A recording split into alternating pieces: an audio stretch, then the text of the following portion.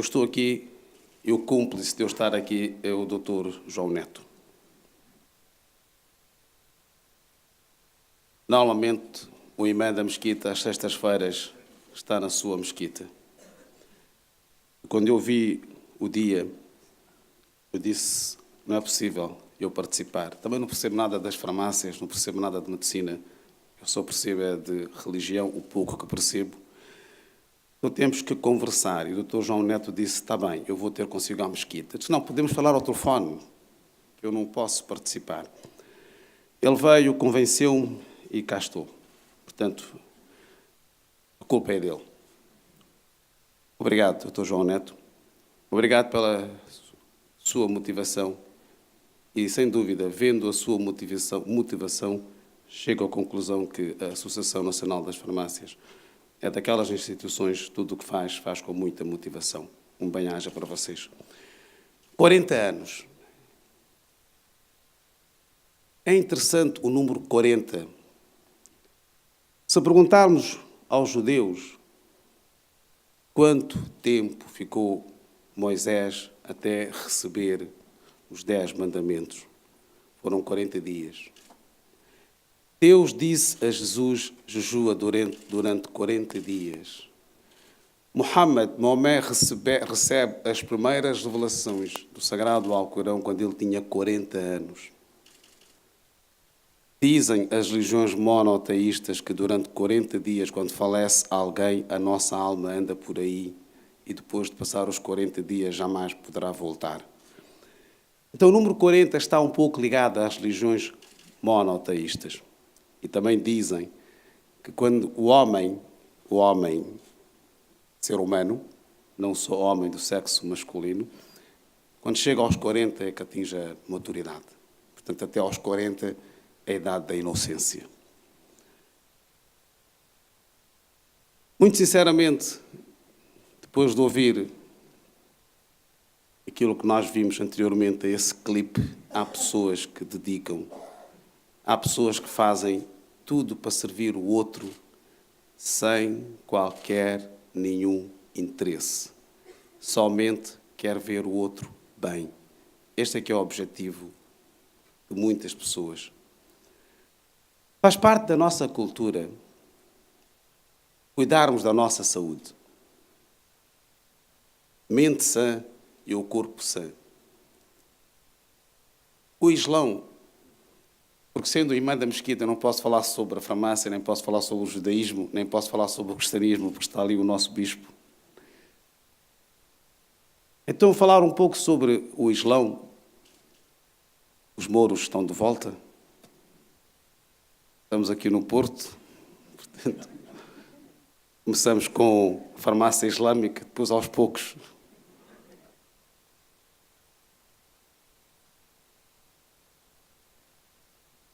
Com calma, temos muito tempo. O Islão é um código de vida, é uma forma de estar na vida. É uma religião, acredita na existência de um só Deus, é uma religião monoteísta, abrâmica, é uma religião do livro, tem um Alcorão como um livro sagrado. E o que é que o Alcorão fala sobre a saúde, se é que fala? Cuidar da saúde. Valoriza a saúde antes da doença.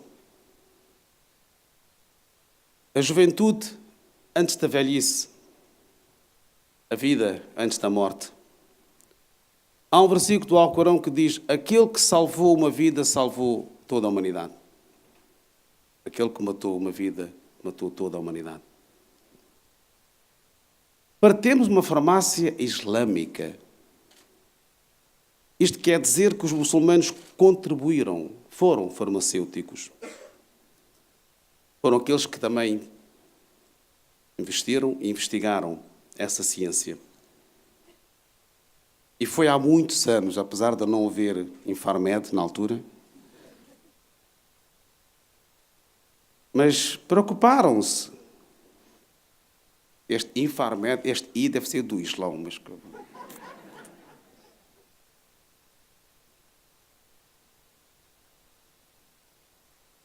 Quando alguém... Nós temos a vida do profeta Maomé como modelo. há duas expressões que são utilizadas em árabe. Há uma doença espiritual, pois há uma doença física. E a doença espiritual, por exemplo, desejar mal o outro, caluniar o outro, difamar o outro, não ver o outro a progredir, não gosta de ver o outro, invejar o outro. Essas são doenças espirituais. Mas tem outra doença física.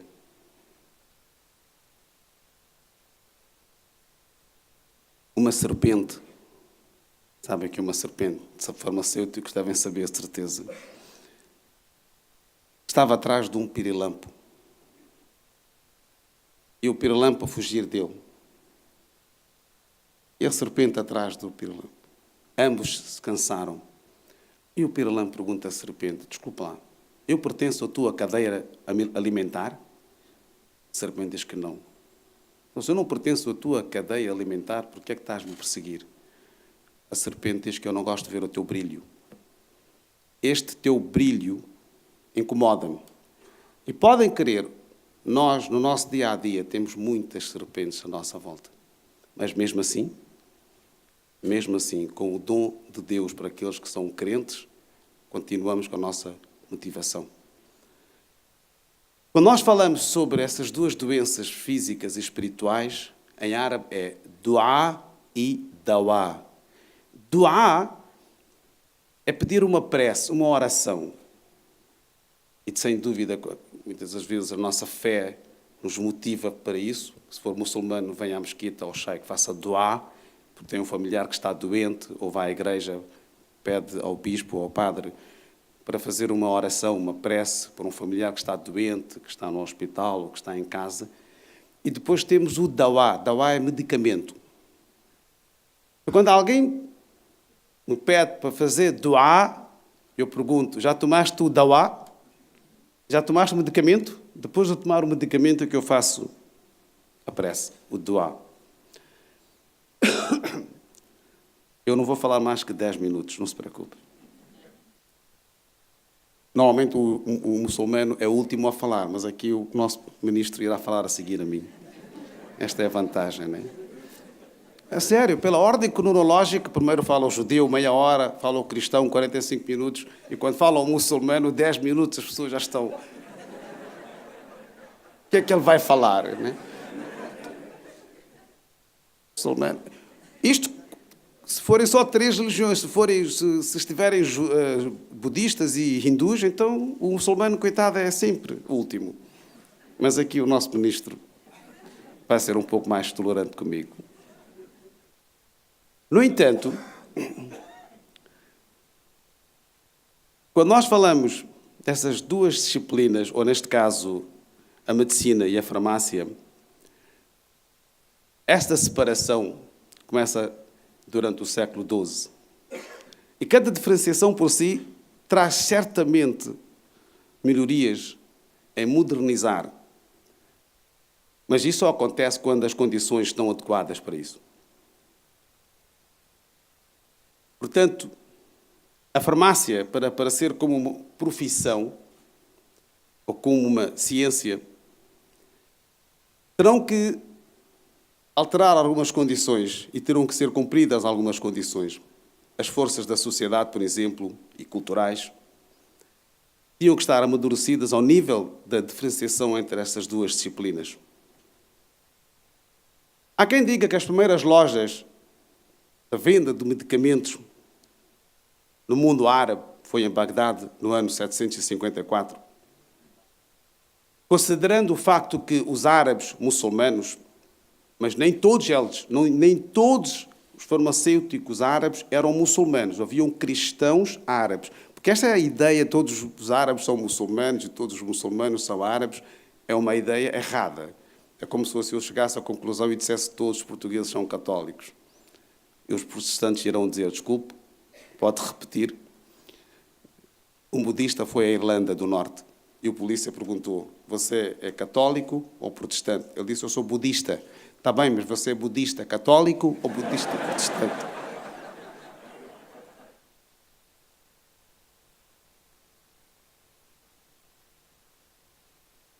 Se suma.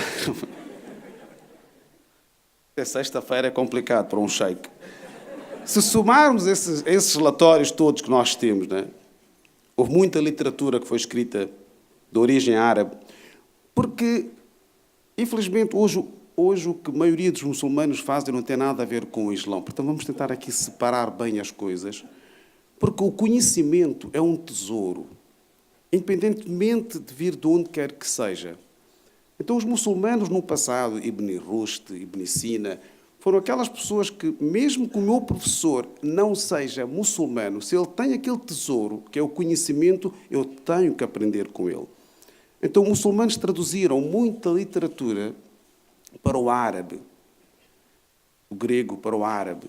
E depois, mais tarde, foi-se traduzindo do árabe para as outras línguas.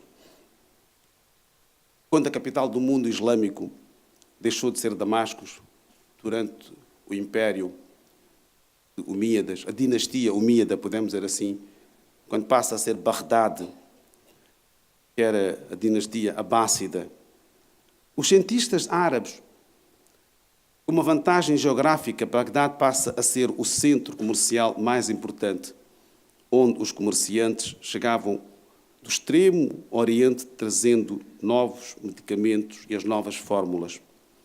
Além disso, os governantes, na altura o termo era mais usado como os califas, mas não tem nada a ver com aquilo que se passa hoje na Síria nem no Iraque, reconheceram que a medicina tem um papel importante no progresso social, de modo que apoiou a formação de instituições para estudarem a medicina e a farmacologia. Dr. João Neto, há termos que eu não conheço ainda. Os boticários muçulmanos já tinham lojas avançadas de remédios. O aumento do número de manuscritos científicos traduzidos para o árabe também desempenhou um papel muito importante no avanço farmacológico durante o 8º, 9º e 10º século. O árabe, a língua árabe. O árabe orgulha-se da língua. Orgulha-se de muitas outras coisas também, mas da língua, o árabe. E o árabe diz que a língua mais eloquente é o árabe. E nós temos, não, desculpa, o português também é eloquente. Então, o árabe chama a um não árabe de mudo. A'jam é a palavra que é utilizada para um estrangeiro, né? Nós temos em português a palavra estrangeiro, aquele que é estranho a nós. Então, o árabe diz, aquele que não é árabe, aquele que não fala árabe, é mudo. É um desafio literário, né? Então o árabe nos desafia. Quantas palavras sinónimas vocês têm para dizer cavalo? Quantas nós temos em português? Meia dúzia. Há 100 palavras sinónimas para dizer cavalo em árabe. Há 50 palavras sinónimas para dizer camelo. Camelo, animal. 14 pronomes pessoais. Eu, tu, ele, nós, vós, eles e elas. O árabe tem singular, tem dual, tem o plural. Eu não estou a fazer marketing da língua árabe, mas é. Então, a língua árabe foi estabelecida como a linguagem da ciência e da filosofia. Isto foi dito por Dr. Oliver Cowell, um especialista de estudos da Universidade de Manchester.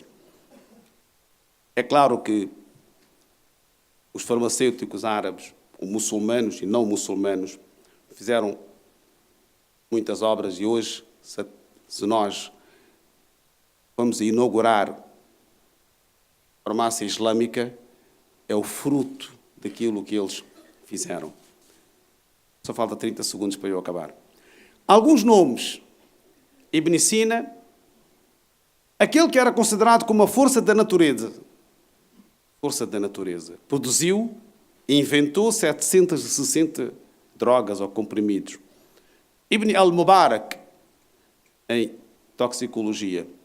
Al-Biruni é aquele que é considerado como o fundador das farmácias. Só para finalizar. A palavra farmácia em árabe é Saidaliya. E a palavra Saidaliya vem de sândalo, que é a origem sânscrito. Portanto, só para ficarem com uma ideia que, sem dúvida, que houve uma contribuição muito positiva para hoje aqui no Porto nós termos farmácia islâmica. Os mouros estão de volta. Bem-aja.